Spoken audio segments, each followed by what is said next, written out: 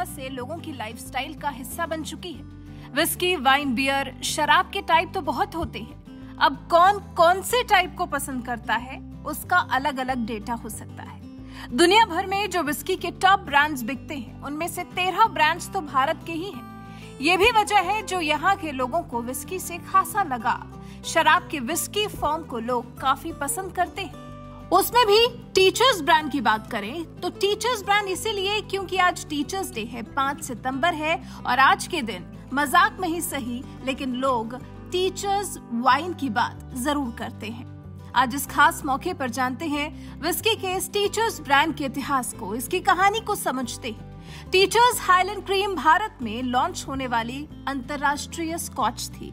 आज के समय में टीचर्स सबसे ज्यादा बिकने वाली स्कॉच ब्रांड है। भारत के 50वें स्वतंत्रता दिवस के मौके पर टीचर्स 50 एक 12 साल पुरानी विस्की को खास तौर पर ब्लेंड करके लॉन्च किया गया था।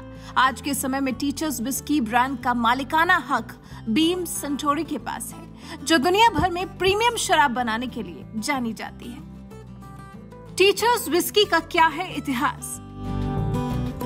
टीचर्स विस्की की कहानी शुरू होती है 175 साल पहले, जब नया आबकारी अधिनियम पेश किया गया था। बात कर रहे हैं 1823 की।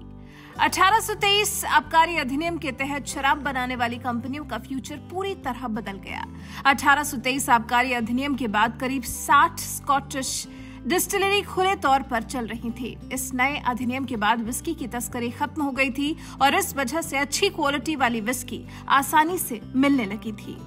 नए कानून के आधार पर विस्की डिस्टिलेशन को कानूनी तौर पर मान्यता मिल गई। इसको विलियम टीचर ने एक मौके की तरह देखा और ये उनका आत्मविश्वास ही था जिससे दुनिया के सबसे बड़े विस्की ब्रांड का जन्म हुआ। साल 1830 में विलियम टीचर ने एक ग्रोसर शॉप से विस्की बेचने का लाइसेंस लिया। दुकान की मालिक उनकी गर्लफ्रेंड एग्नेस मैकडॉनल्ड की मां थी। विलियम ने साल 1832 में एग्नेस से शादी की और पिकाडिली स्ट्रीट में पहली ड्राम शॉप खोली। इस ड्राम शॉप पर कस्टमर्स रुकते थे और विस्की का लुत्फ उठाते थे। इसके 4 साल बाद 1836 में अपनी दूसरी दुकान खोलते समय विलियम ने बॉटल विस्की बेचने का लाइसेंस लिया।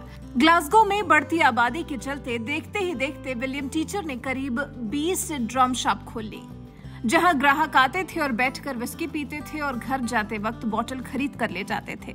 विस्की उद्योग के शुरुआती साल में विलियम टीचर जैसे व्यापारियों के पास पूरे स्कॉटलैंड से सिंगल मॉल्ट और ग्रेन विस्की का एक्सेस था। इसके बाद साल 1860 में स्पिरिट्स एक्ट पास होने के बाद विलियम टीचर को कानूनी रूप से खुद की विस्की बनाकर ड्रम शॉप में बेचने की इजाजत मिल गई थी। इसी दौरान विलियम टीचर ने हाई पीट मॉल्ट के साथ एक विस्की तैयार की। इस विस्की के स्वाद को टीचर ने खूब पसंद किया और इसे अपना नाम दिया। इस तरह टीचर्स हाईलैंड क्रीम विस्की बनाई गई। विलियम टीचर के निधन के बाद उनके बेटों ने अपने पिता के काम को आगे बढ़ाया। कंपनी को फिर William Teacher and Sons Limited के नाम से जाना जाने लगा। यही थी टीचर्स ब्रांड विस्की की कहानी। कैसी लगी आपको? कमेंट कर हमें जरूर बताइएगा।